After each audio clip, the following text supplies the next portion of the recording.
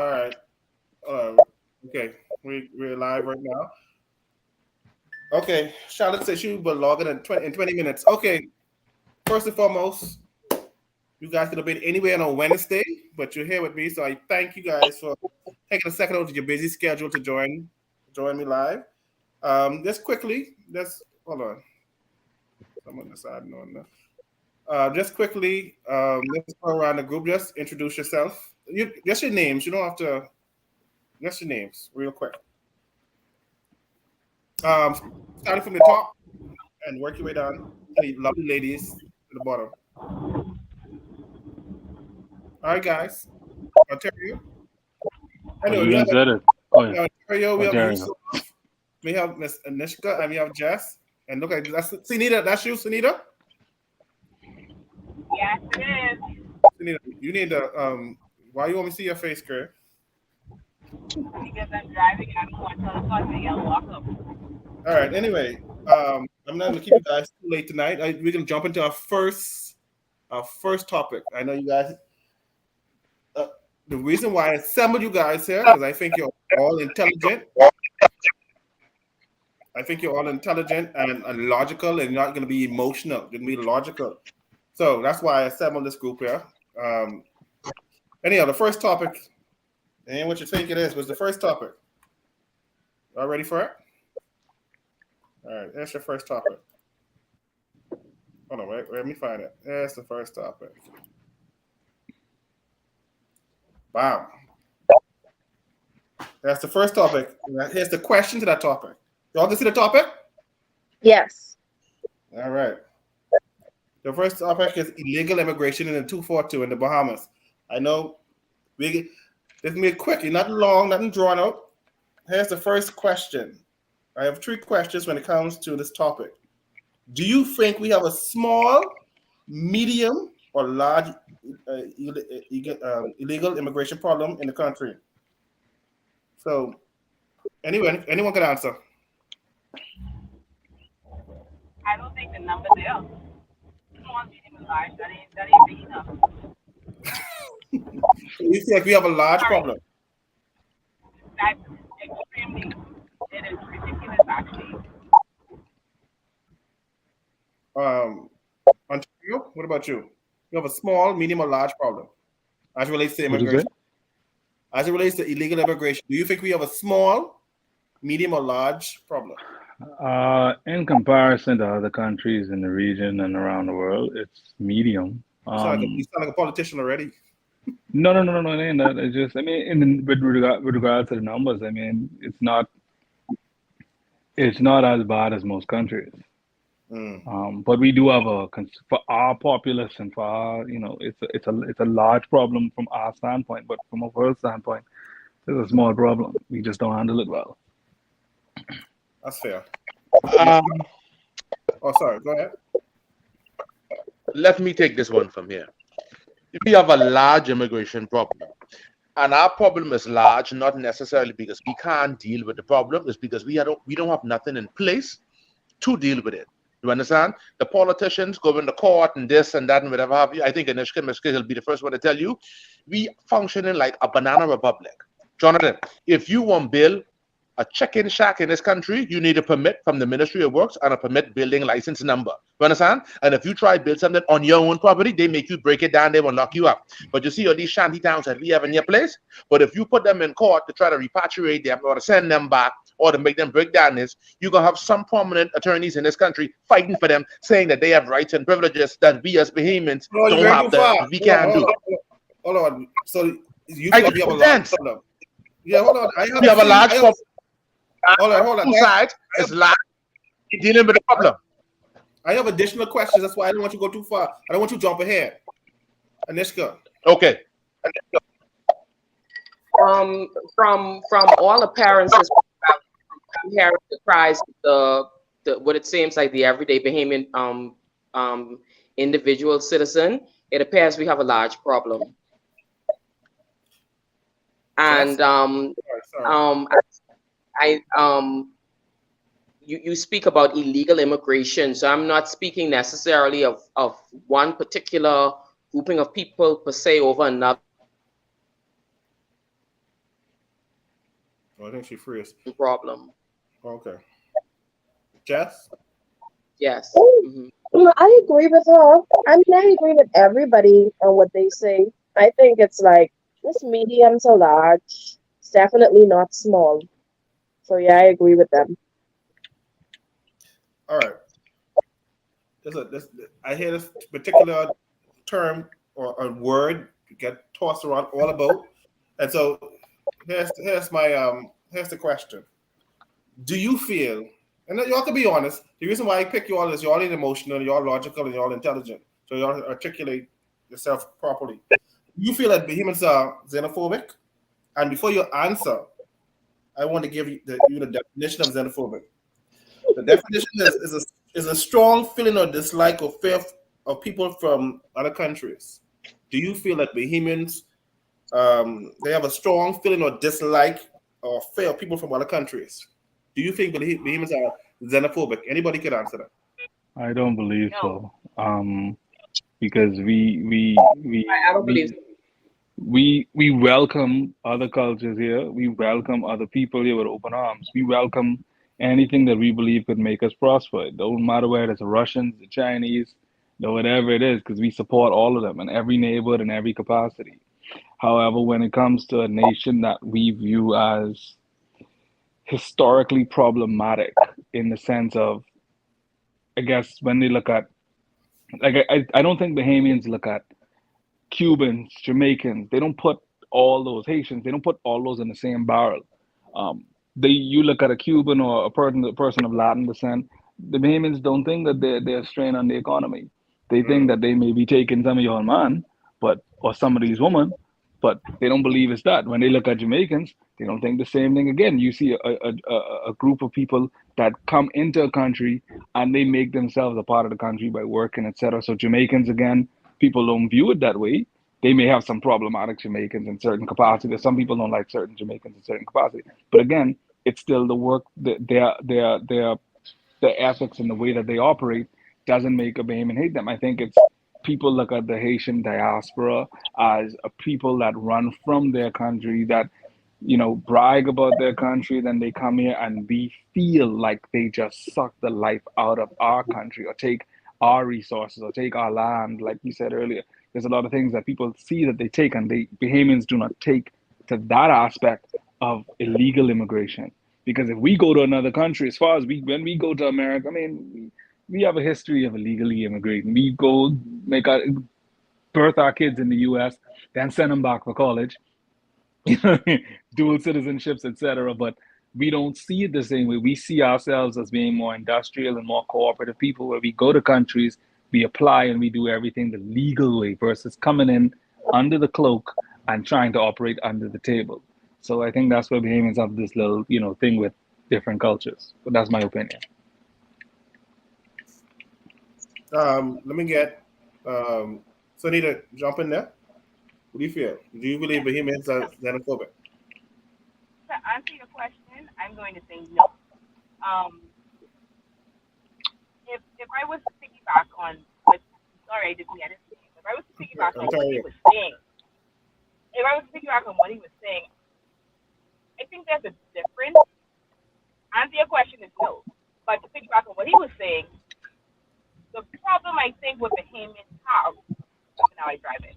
So the problem that I think Bahamians have is if you were to differentiate the different nationalities, all these nationalities, to be real and honest with you, from what I know, they're all just passing through in order to get to the United States, from what I know.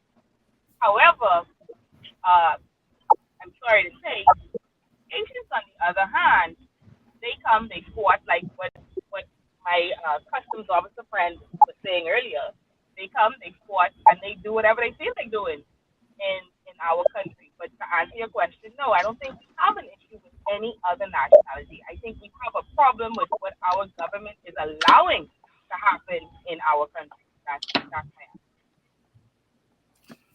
answer. Jess, what do you feel, Jess? Do you feel the question is, do you feel Bahamians are xenophobic? Because overall, I would say from what I have seen, I think that um, the older generation of Bahamians are, especially towards Haitians.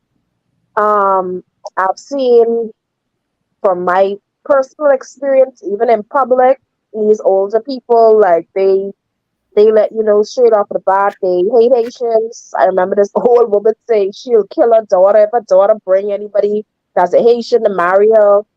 I've seen a lot of Bahamians that don't like Jamaicans. When it comes to like Cubans, Chinese, people of I wouldn't say white, but people who aren't black, basically, they don't seem to notice them. But the ones that are black, Haitians, Jamaicans, the I guess they would call them more of the problem. Yeah, they are xenophobic towards those people from what I have seen. So yeah, So that's yeah. you feel that entirely overall. You feel that in general, because you or Behemoths I are think it's more of the older generation. I think more of the newer people have are more accepting, and Bahamians just the newer ones they just have a problem when they come illegally. But the older generation, for the most part, like um they are, and they like they grow you up with this dislike. It's almost like racism. Like you don't even know why you don't like these people. They just telling you like, you know, they just say that you grow up with it and tell you form an opinion for yourself. Mm, It's the older ones. okay. Uh, Anishka, you want to jump in real quick? Um, my thing is, it's a very difficult question because a lot of people, I think, take this view of xenophobia out of context. And just you were going to ask when you asked a question, I was going back to the, let me get the specific definition. That's why I said the Um, definition. yeah, I know. And my thing is, at the end of the day, I don't think Bahamians are any more what people perceive us to be xenophobic than any other nation. I think what is really happening is there's an underlying issue. There's a major underlying issue afoot. People are frustrated, and that is the root cause of what is happening in our society. A root cause of you see the manifestation in terms of frustration, etc.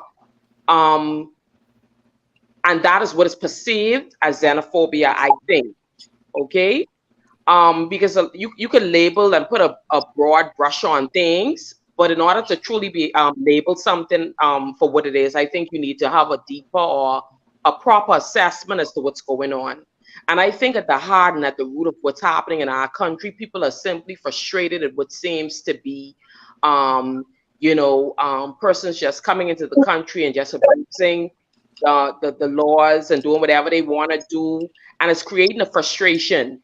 As it relates to the white and black, I don't necessarily feel that there are not perceived prejudices against whites as well. But what you have is you don't have a lot of other nationalities, for example, who integrate themselves in the community, in the general community of blacks in our country, like maybe the Jamaicans or the Haitians would, or the darker hue nationals who come to our country. Okay, if for example, because you would see Bahamians now complaining even about Chinese, so I think over time what is perceived as xenophobia more or less has to be closely examined. I think it's coming from a lot of frustrations over years. It seems not to be a situation that is not being controlled, not properly organized, like and that's what's coming to the surface. Let me just tell Lauren what's the topic for this particular the question for this particular topic. Um, do you feel Lauren? You can hear me? Can you hear me? I don't know if you can hear. The question is, do you feel Bahamians are xenophobic? Um, Go ahead, Yusuf.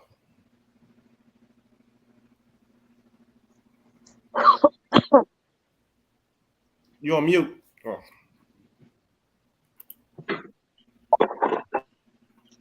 Go ahead. I don't feel that way. I think because you can hear me now. Yes.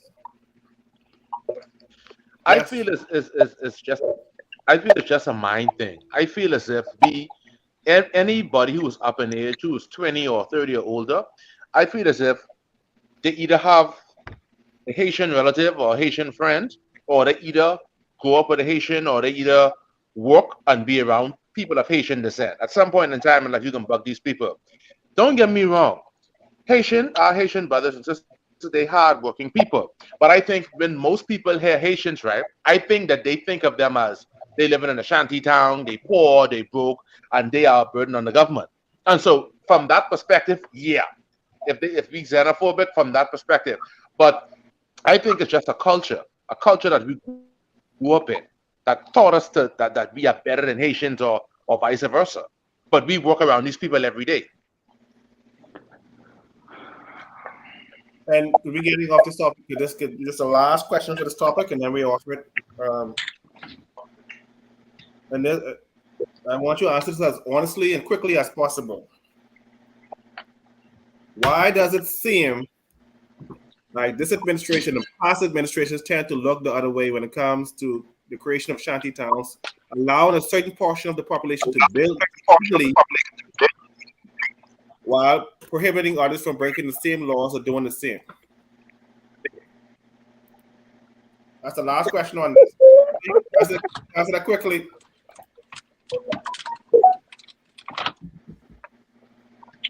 My answer is I don't know. So I'm done. I honestly don't know. It's been happening for years. I don't know. That's a there's no wrong answers. Go ahead. My camera looks as if is it frozen? No, I can see you. You're not frozen. No. My thing is, I think if I may, I think what we perceive to be a governmental issue is just an everyday Bahamian citizen issue, and whether or not we've taken responsibility as well in our everyday lives. You see, if it's six of us, I think it's 6 or 7 of us on this platform right now. If each of us are breaking the law over time, if you will see a bigger problem, because each of us, it may look like if only me one doing something, it may seem small to me. If the next person is doing something, it may seem small, but once all of us start doing it and bring those small things and together, it creates a bigger problem. I think what is happening in our society is, because if you look at a lot of the relationships and the integrations of a lot of different, not only Haitians, of a lot of different nationalities amongst us, I think it's very difficult from a human standpoint to not see the humanity in the situation. Even though you may talk about, oh yeah, for them to go and all that different stuff, when you now have to deal with these situations specifically, you just might be touching someone who you grew up with. You just might be touching someone who's familiar or who's a family member or a friend of somebody who is very closely related to you. And I think that's what our government has found themselves in the same situation. You understand what I'm saying? We expect them to do more about the situation, but the reality is, I think they face realistically with the same attitudes that we deal with every day. When you look at a lot of people are still hiring illegal migrants all the time. If you look at some sites and all that different stuff, if you see the behaviors of certain people, they're still pushing a lot of illegal situations, and they don't see anything wrong with it. But as a collective, it's causing a problem. I mean, do you understand what I'm trying to say? No, I totally agree. I agree that I understand. Very good points. Because nobody's specifically addressing the what needs to happen in the situation. Lauren want to get in. She want to answer the xenophobic question. Go ahead, Lauren. Answer the xenophobic. Do you believe Bahamians are xenophobic? No. Good night, everyone. I know for a fact that Bahamians are so far from xenophobic.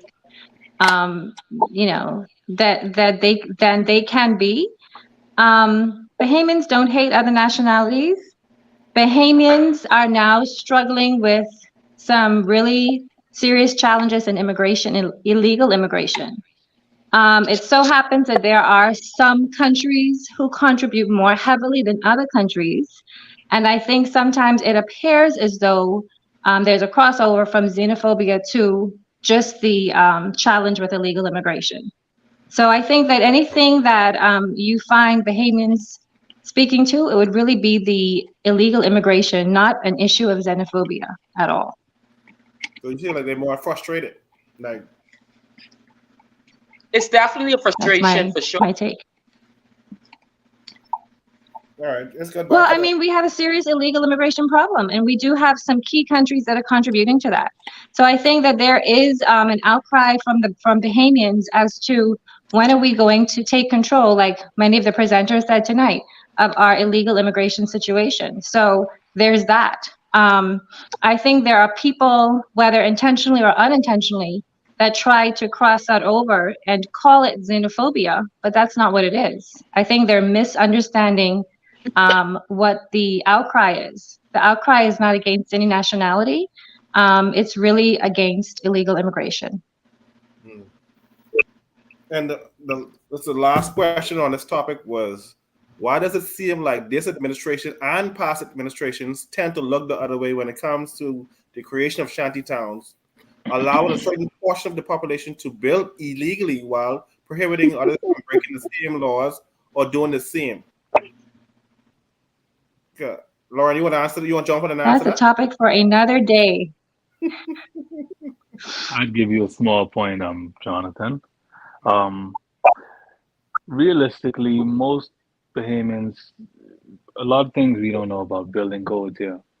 That if I build a place, I could build a little piece on the back of my house, whatever, blah, blah, blah, like that. You can get away with stuff like that. But I think I don't know the lady's name, but she made a point, like when one person does something illegal, if I don't pay my VAT, or if I don't pay my tax, or if I don't pay my customs, right?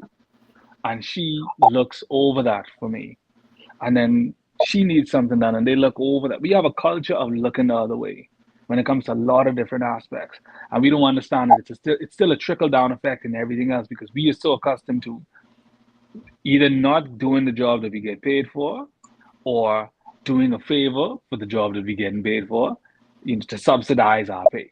So a lot of these times, like you say, these people who live in these shanty towns, we all know they live in the shanty towns. I'm sure immigration knows the shanty town exists. I'm sure the police force, the government, the prime minister himself knows every place that illegal immigrants live.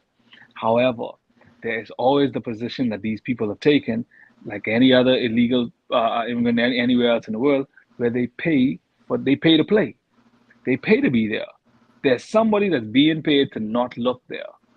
There's somebody being paid to not bring attention there. And even if the attention is brought there, there's somebody being paid to manage that attention. So that's been our culture from the very beginning, from piracy, from we the tax haven. We are a nation of looking the other way when things aren't right.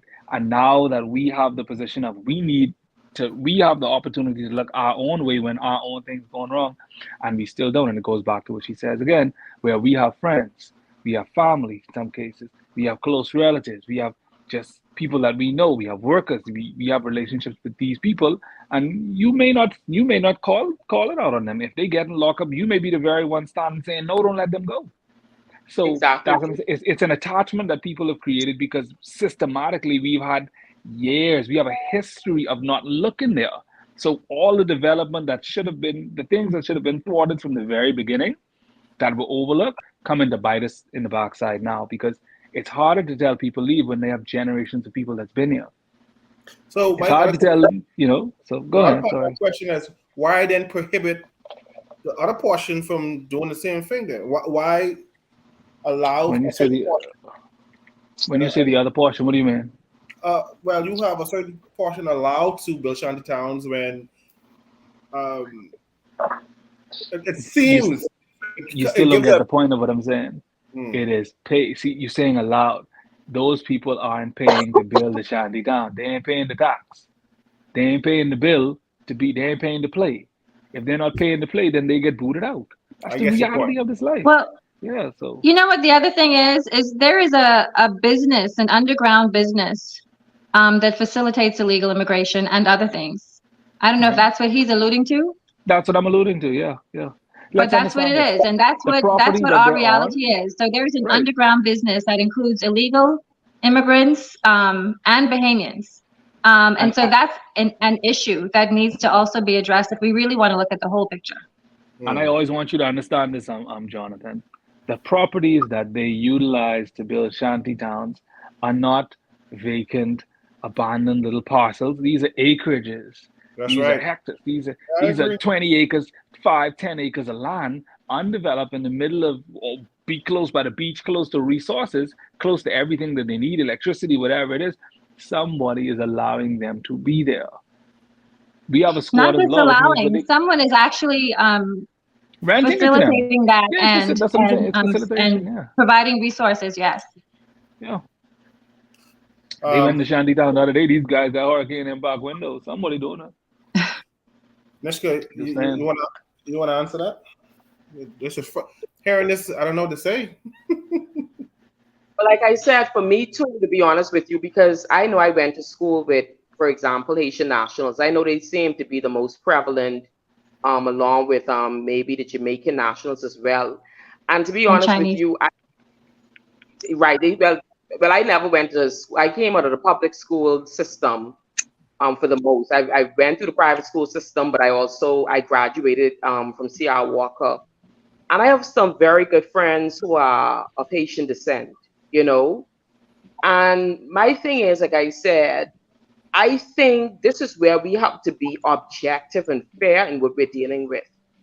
Because if we're dealing with it from an objective standpoint, then there's no need to pick out or seemingly pick out just one nationality.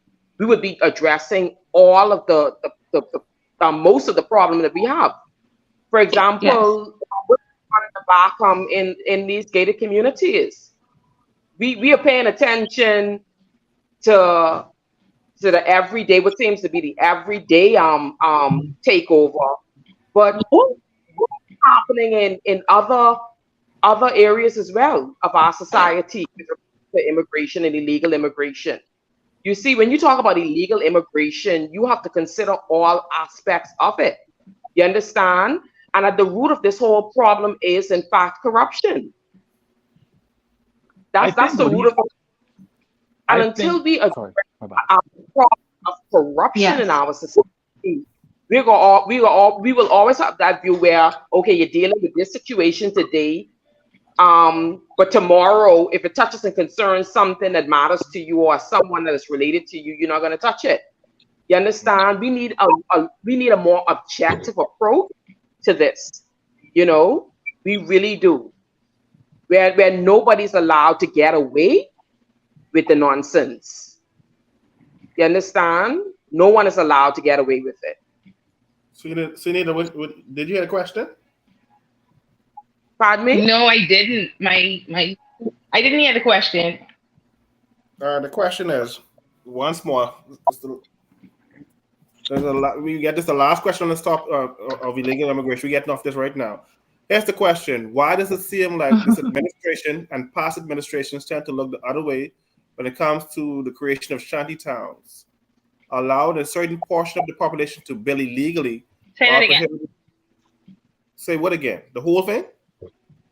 Okay, once more. Come close. Yeah, because you keep breaking, you're going in and out. Mm-hmm. I have you in my ear, so yeah. That's probably why. Anyway, why does it seem like this administration? See, you're freezing up and all. What you got? BTC? You can hear me now? No, I actually have what them people name Obama say. Yeah. Okay. One more time. Why does it seem like this administration and past administrations tend to look the other way when it comes to the creation of shanty towns, allowing a certain portion of the population to build illegally, while prohibiting others from breaking the same laws or doing the same? Well, from what I could remember, remember, or from what I've heard, I don't really have any. I don't have any facts, so to speak. But I've known that it's been said that persons in shantytowns have been used for political gain. That's what I've heard. That's why I heard that they were allowed to do that. So, but like I said, I have no facts in regards to it. So I'm just thinking that they just use it for their own what should be am I on this thing? I think they just use let's kill Bahamas, eh? Yeah, because BTC has fiber, which is what I'm using. You trying to diss? Y'all trying to diss? That's why I laugh when you ask if she had BTC. I'm like, what? I between BTC and Cable Bahamas. I'm home now, so I'm on Wi-Fi, and on my phone is BTC. So go figure. I shouldn't even have no breaks, but it is what it is. Yeah. So right, that's just how I feel. I mean, Go ahead. Yes, let me go to a whole entirely different topic, because that's a heavy topic. Let me go to a different topic. But I want you to all watch this video real quick and tell me and give me. And I'm going to ask you a question, okay? I just want to see if anybody relate, any mother can relate. Because I was at a party and all the adults had children, but all of them were girls, right? Mm-hmm. So they're hanging out, whatever, and they're all like, oh, let's paint our nails. And my son's the only boy there. Mm-hmm. So he's like, well, can I? And I froze for like 30 minutes. Like, he's like, what do you say? And all the black people around me were like, looking at you like, and I said, and I was like, it was the scariest in the world. I don't care if people feel that scared. No, yeah. And I was like, well, maybe you could paint her nail because that's masculine, right? Like you painted her nail, but you're not painting your own. Mm-hmm. He's like, nah, I just think I want to paint mine though. Mm-hmm. And so then one guy next to me like, oh, he's gay. And I'm like, he's not gay. What? He's never experienced, he's never said anything about sexuality or liking anybody. Ooh. So don't say that he's gay just because he's with a group of other little girls that wanted this situation has the black community in a chokehold. I was just saying, we talked about that last time. And I'm going to tell you, I'm a mother of 3 black boys. I'm a mother of 3 black boys. And I will tell you, 100% transparency. When my son is 12, my oldest is 12. When he was 6, I had to catch myself from stop doing that. Stop doing that. That's what girls stop doing. I had to stop myself from doing that. And I felt very convicted by doing that to my child because let them be a. So here's the question. What would you do if your son wanted the penis nails? Let's say a bunch of girls, you go to a girl party and, we're in 2023 now where, we gender fluid and whatever. How would you feel as a father or mother if your boy want the penis nails, probably even want to dress up in girls' clothing? How would you, as a mother, how would you guys feel about that? I have a question. Who's gender fluid? No. I'm saying no one's gender fluid here. I don't think so. I think everybody's female and male. I mean, anyway, the question. Okay.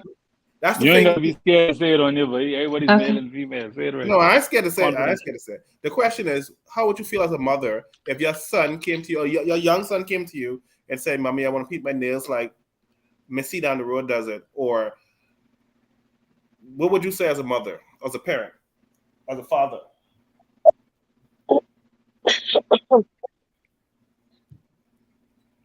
Don't all jump in at once now. Is that the real question, though? That's one question, but I mean, basically, what you saw on the video, what's your reaction to Is the question really about the nails? Yeah, that was the video about the nails. No, is your question about nails? What's your real question? That's the question about nails. Okay. I mean, I would not let my son do that. That's just my personal view. Me neither. No way. I agree with her. But what about being okay? Now, about being nothing. He could put a clear coat on. He could put a clear coat on his finger. Yeah, there's nothing. That was an easy one. I won't do it. I really don't care who wrong. I just tell him no. That's a no. You got to go on. Yeah. That was an option. All right, so that's Okay, I just wanted to see your opinion so we can just transition to the next question. We're not doing that. Not doing what? Not doing what? When you say your young son, right? How old are we talking? Like what? 5? We're not doing the nails for the guys. How old is the child? 5, 6, She 7. said 12. She said the child was 12. No, yeah. She said her son is 12, but the other son was like 5 or 6. It was 2. So yeah, I would tell him no, because that's what I stand on. But I would also explain to him that For me, any age that's a minor is a no. What's that? You say any age for a minor is no. No, I'm saying it's a no all around, but I would explain to him why I don't want to. I'm saying for me, any age that's a minor, I would say no. Yeah. See, I can't say too much because I just get manicures, right? But I just get a clear coat put on my finger. He could get a clear coat, but the rest of that ain't gonna fly. Nope, none of that. He get a clear coat.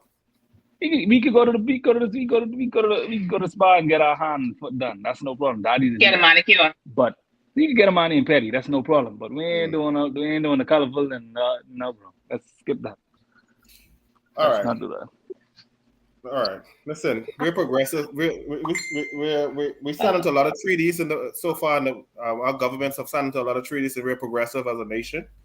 So I want to show you a video, and I want your true and honest opinion about this new. I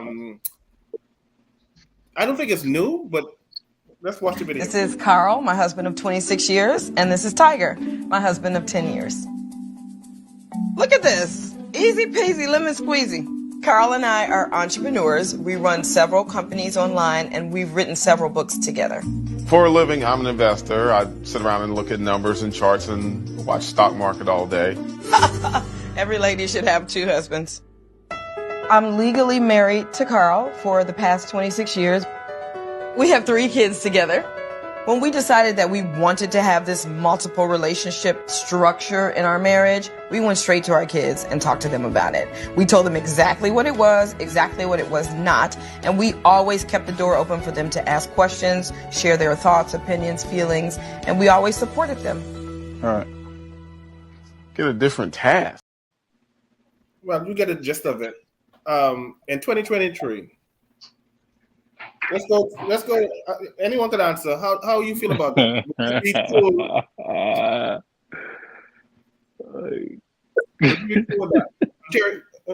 Answer first, man. Okay. Me, boy, I can't share no. I can't share no woman, boy.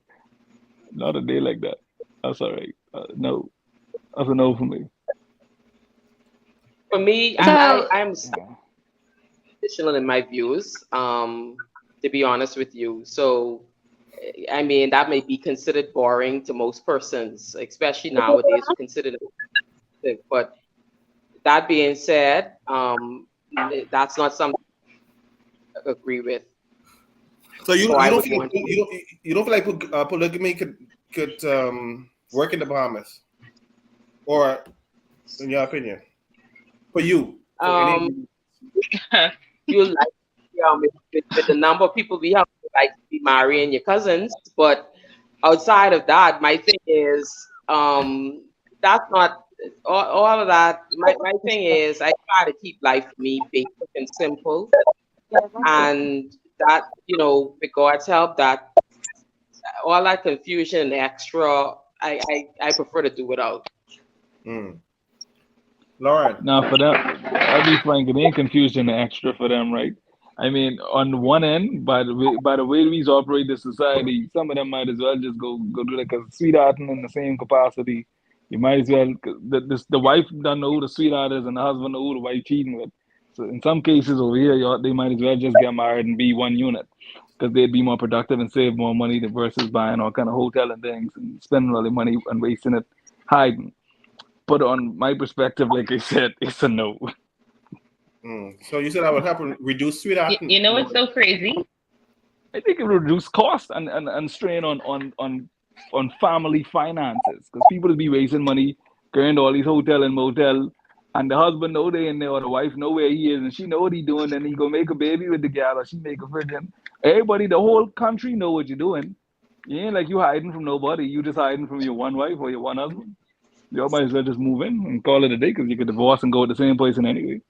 Yeah, but In all that case. three of those parties need to agree on that. That's the So difference. They all have to agree.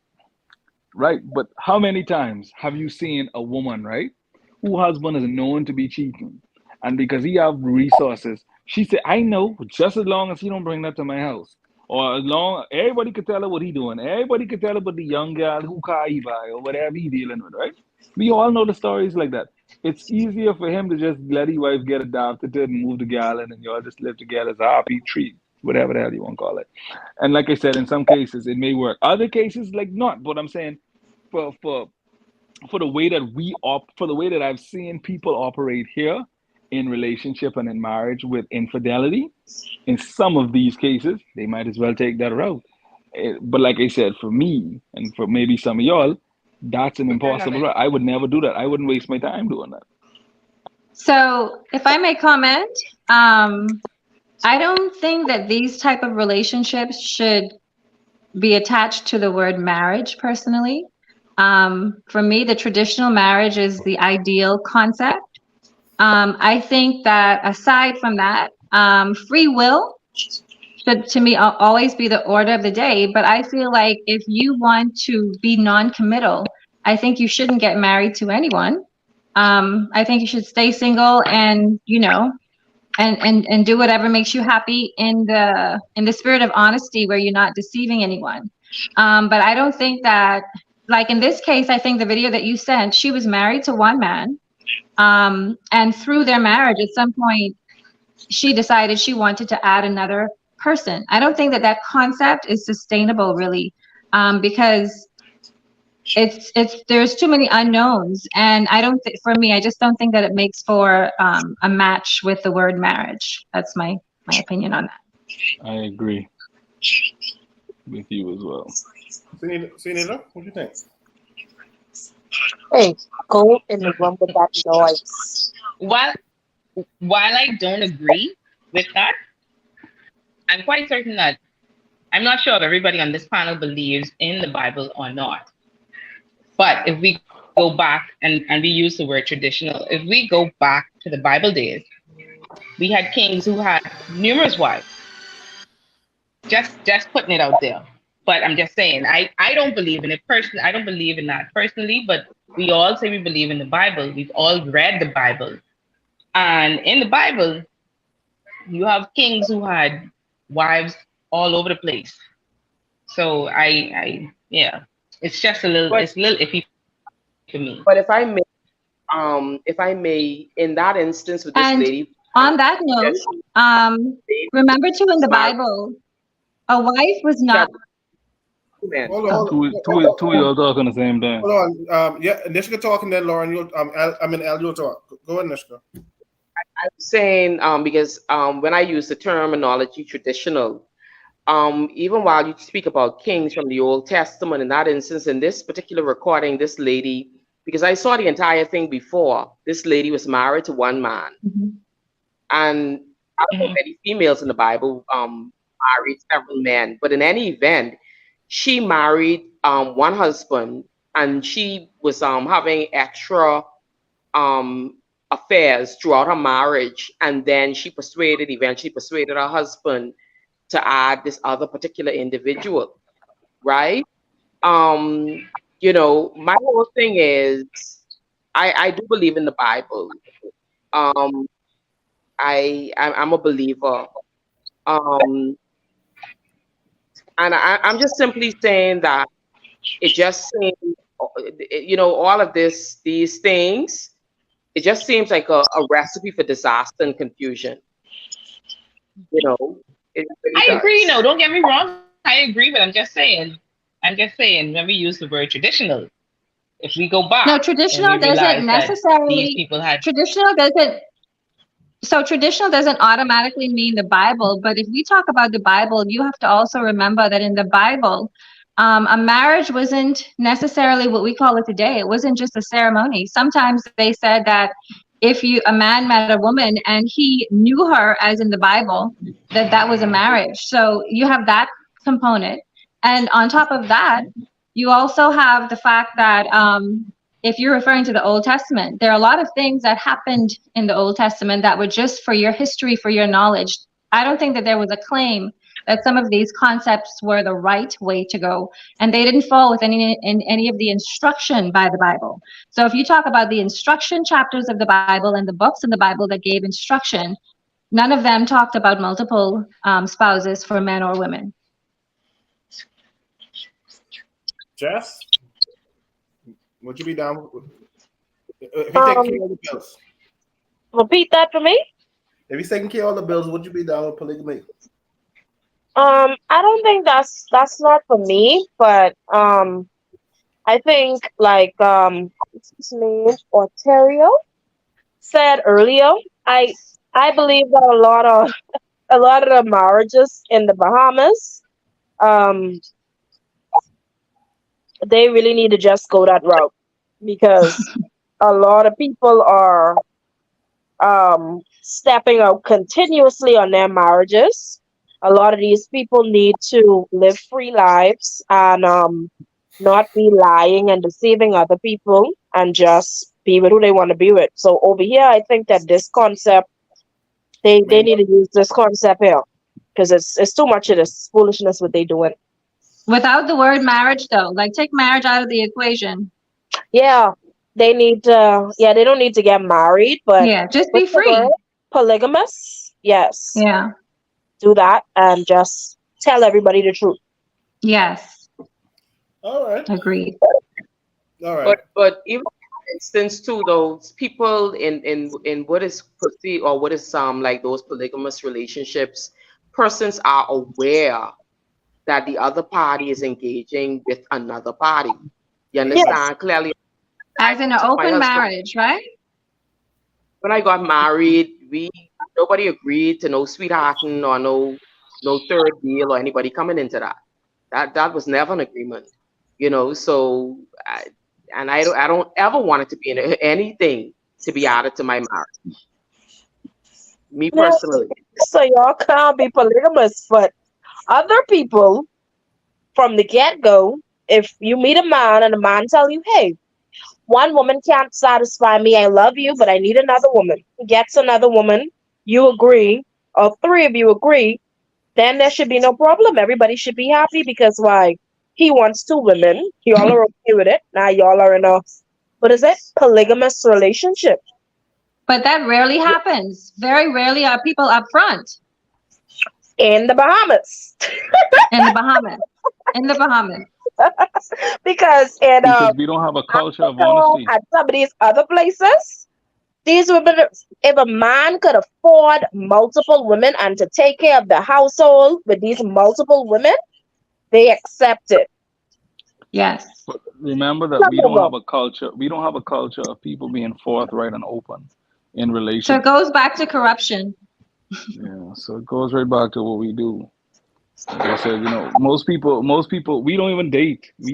I was just having this conversation right before we got in here, but I told people, like, the problem that we have is a guy meets a girl, and because we on the island, apparently, it looked like as soon as you meet them, you're all two dating, and without any positive confirmation, you've entered into a relationship pretty much exclusively without being exclusive, because if the man sees someone else that he actually wants or he wanted before her, he still pursues her.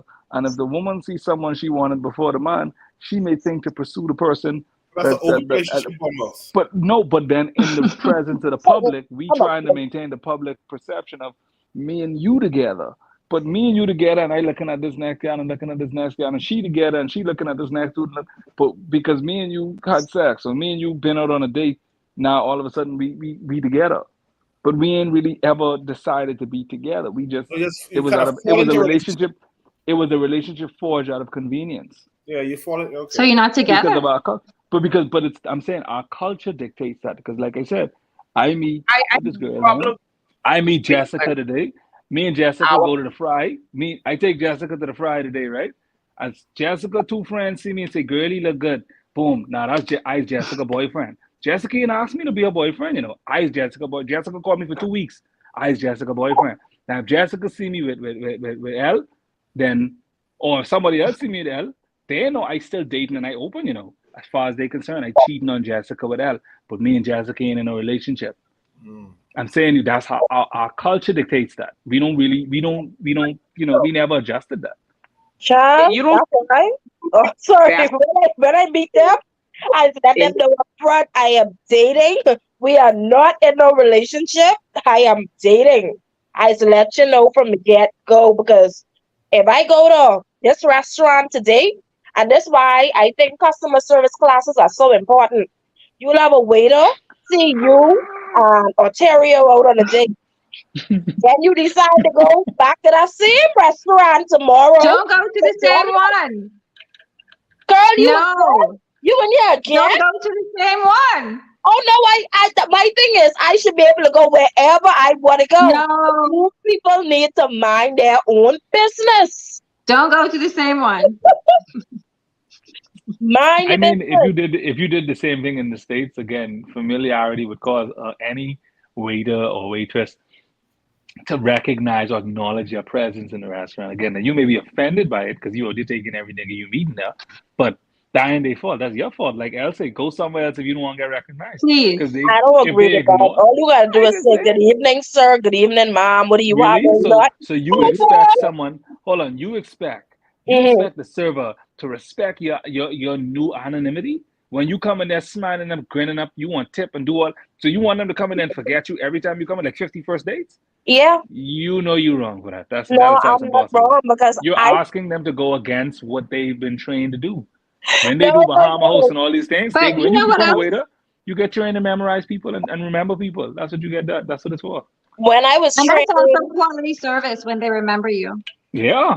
But that's another thing. That's what I said. When I was training at Bahama, when I was a dealer, I remember specifically they said to us, they said, similar to just what I just said, they like, do not address, like, you know what I mean? Like, do not be personally address these people too much.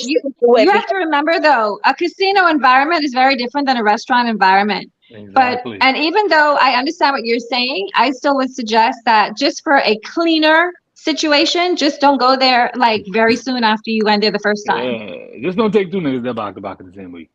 Take somebody else. Nishka, what's go somewhere else. Okay. What's your 2 cents? Bothered by the view in Ontario says culture. You know what I mean? Because my thing is, me and the circle that I run with, we don't subscribe to that type of behavior. And I'm not even talking necessarily from a believing standpoint, even though that's what I am. My whole thing is, so when you say a culture of this is how we are and all that different stuff, that I truly do not want to be labeled by that. I don't see myself in that. Me too, I agree. Yeah, I don't. So don't get me wrong. I don't want to see me as a woman, a Bahamian woman. The first thing they think, oh, well, you know, the Bahamian women, they stack and this how they are and all that different stuff, because that's not what I subscribe to. And the people in my circle, that's not what I subscribe to. So I have a problem with considered a cultural behavior. I second that motion.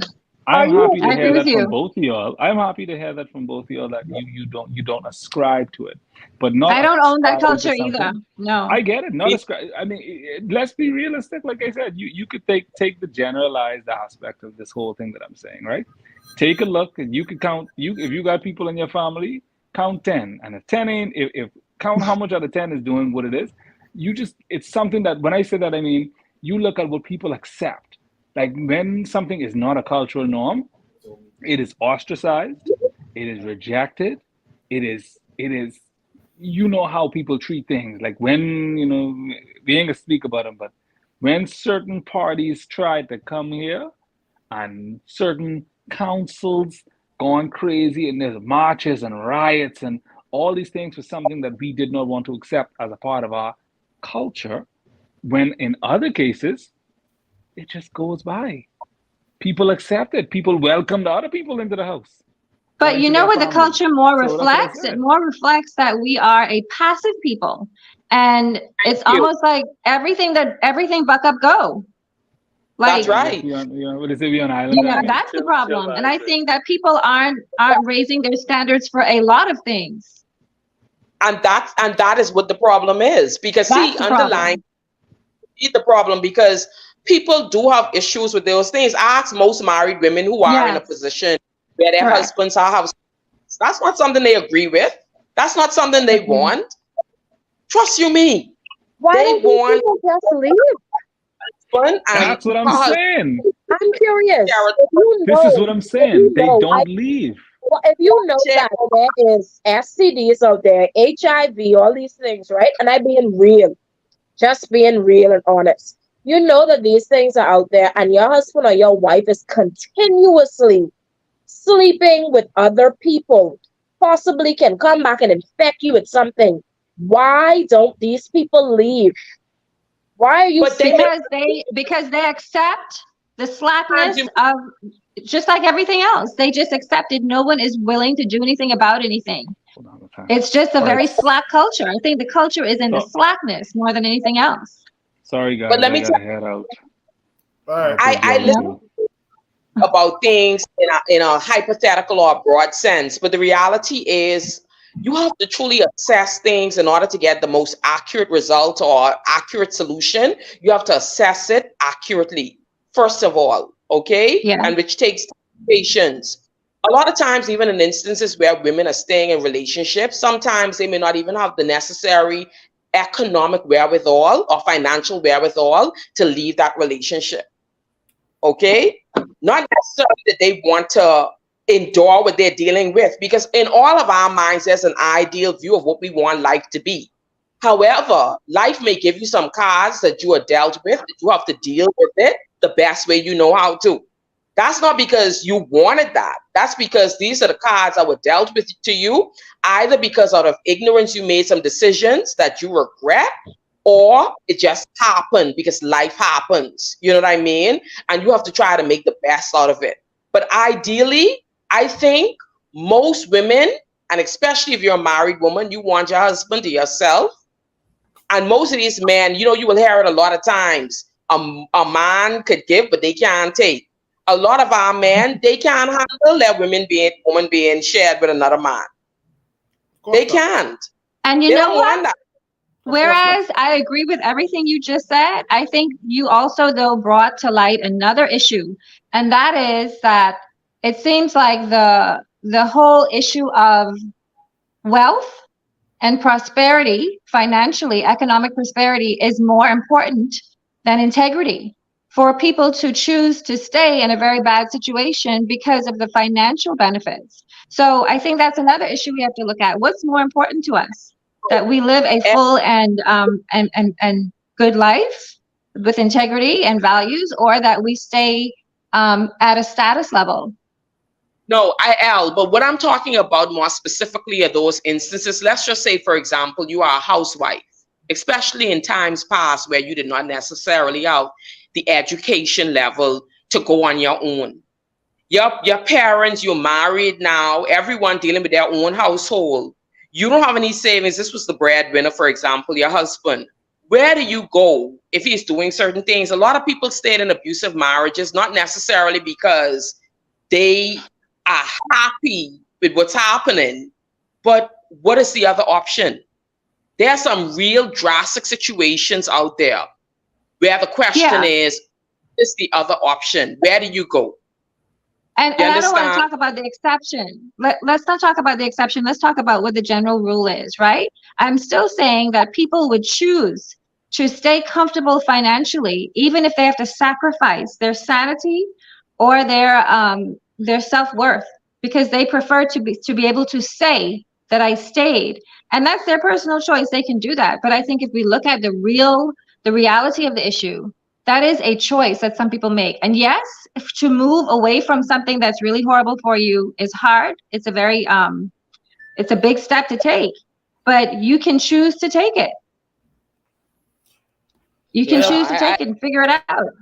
It is, there's a lot of variables why people stay. I have one more. But when you stay in a situation like that, you do accept the situation. You do accept the situation, no doubt about it. Yeah. But I'm simply saying, at the end of the day, boy, having lived life at this point, a lot of things seem easier when you're out of the situation. For example, even if it is that I'm advising someone, if somebody comes to me as a friend and says, Nishka, give me advice on something, right? I will give them my honest advice. But one of the things I always allow, which a lot of people don't like to do, is to give people room to understand that they have to make the final decision, because only you want living in. You telling somebody, oh yeah, come out of that, or whatever the case may be, and they may find themselves coming out of the frying pan into a fire. You understand? Because at the end of the day, reality also consists, and sometimes it's wrong application, mind you, but reality also consists of compromise. You understand? Some people may feel, you know, I'm compromising for my children. I have young children in this household. Some people may really not have some place to go. You call it the exception rather than the rule, but the reality is, without having figures or statistical data on this particular type of thing, who knows what is in fact the exception as opposed to the rule in this instance? Who truly knows? That's true. That's you have a point. Who knows? I have one last question, then we can wrap it up for the night. I just want your reaction to this video, and then we go on for the difference night. When you say a man is your boyfriend and your man is a husband. If he's my husband, I might do his laundry. But for me, a boyfriend, no laundry. No, I don't do things that I believe wife will do, because I'm not a wife. But if you're never going to get married, then what?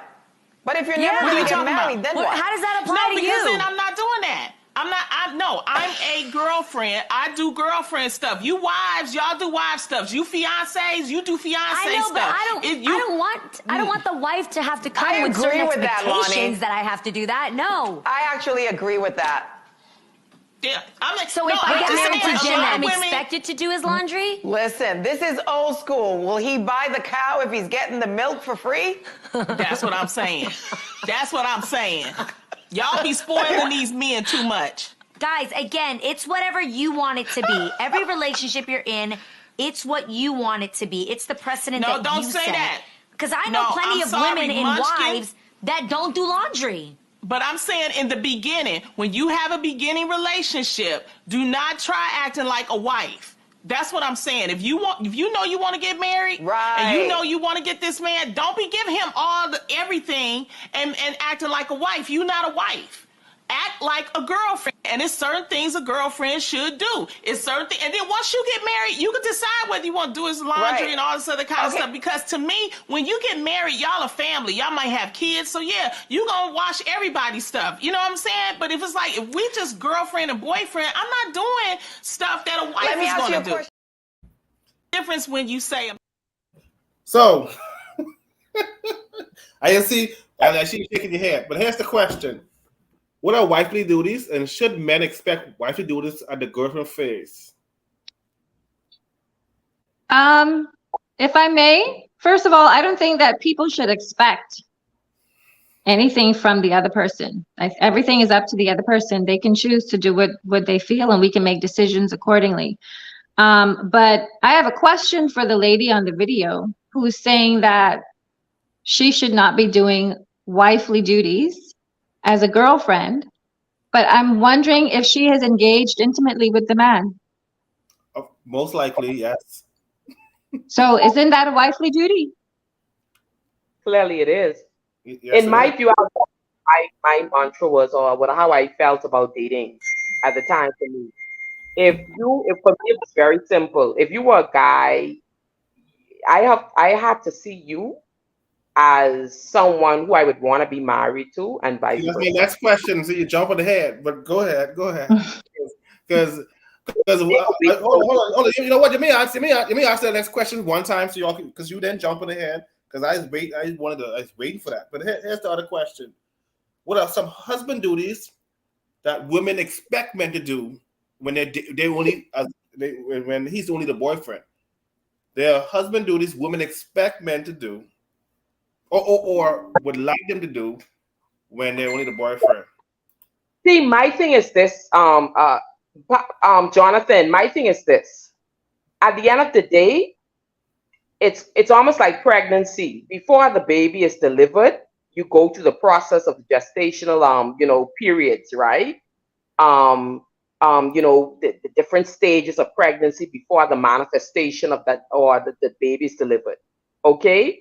In my mind, marriage is the manifestation of a process that begins with you seeing somebody, feeling a level of attraction, and then it evolves. That friendship evolves with a view to marriage. Okay? That is what I wanted for my life. Okay? I never wanted for my life, especially in a society where a lot of times we may try to say, oh, the rules for men and women are slightly different. Okay? Socialized. Okay? So I'm not even playing this delusional game as if it's the same. Certainly not in the generation that I grew up in. Okay? My view is, or my view particularly was, before marriage, I'm not wasting any time in like manner, having any man waste my time unless he views me. He sees some attributes about me that says, wow, this is somebody I could see me marrying. Now, it might be over the process of time, after it evolves, just as some pregnancies is terminated. When I say terminated, the person may miscarry. For example, stillbirth. There might be instances where it does not come to what it is ideally envisaged it should have been. But nevertheless, the goal in mind should be that. So if you see me as just a man coming to me and I could perceive, or vice versa, that he only into a game, you can't be talking to me. Now, I don't mean in the stage of time, in the very beginning, we necessarily putting all of our resources in one bank account. You understand what I'm saying? You don't have to do certain things straight out of the gate. It's a process. You understand? But the bottom line is the mentality and the mindset should be geared toward that process being achieved. That's so. And I think, to add to that, I do think that there should be a match or a commonality in what each party is doing. I don't think that one person should be in one direction and the other person is going in another direction. Not. Absolutely not. Exactly. Absolutely not. So just circle around to the question right quick before we go. What are, like the video said, what are some wifely duties? What are wifely duties? I don't even like the concept duties. Marriage is a partnership. And so you're supposed to be really living life together in a partnership. So I don't like when a relationship is reduced to duties. And I think I agree with her. She was saying that it's a process and you go through the process together because you both have pure intentions and you're both trying to come together and be one. That's what it's about. It's not about duties, and it's not about expectations. It's about communication and making sure that you're on the same page and you're honest and open with each other. To me, that's more so what it's about than the duty aspect of it. Okay. So my last tidbit to this, and I'll let you guys go. So basically, to summarize it, both parties or both genders gotta show some type of action to make you want to marry them or take it to another step. Well, you know what I've found too, Jonathan, is that it's more so, they say, and this is obviously what I'm saying is what's the word I'm trying to look for? Anyway, it's a stereotypical view, a generalized view. But I've always heard the view that a man knows exactly which category he places that woman in, whether or not he wants Aria, he sees her as someone who he would like to see as a wife, or whether or not he sees that someone is just okay, it's just sexual attention, and I want you sexually. And this is where people and we have to understand the differences as well. You understand? What type of attention are you truly getting? Where's it going to take you? You know what I mean? Whether you only seeing me based on what it looks like from the outward appearance, so you just want that as a superficial thing, or you see something more meaningful. But my thing is, at the end of the day, I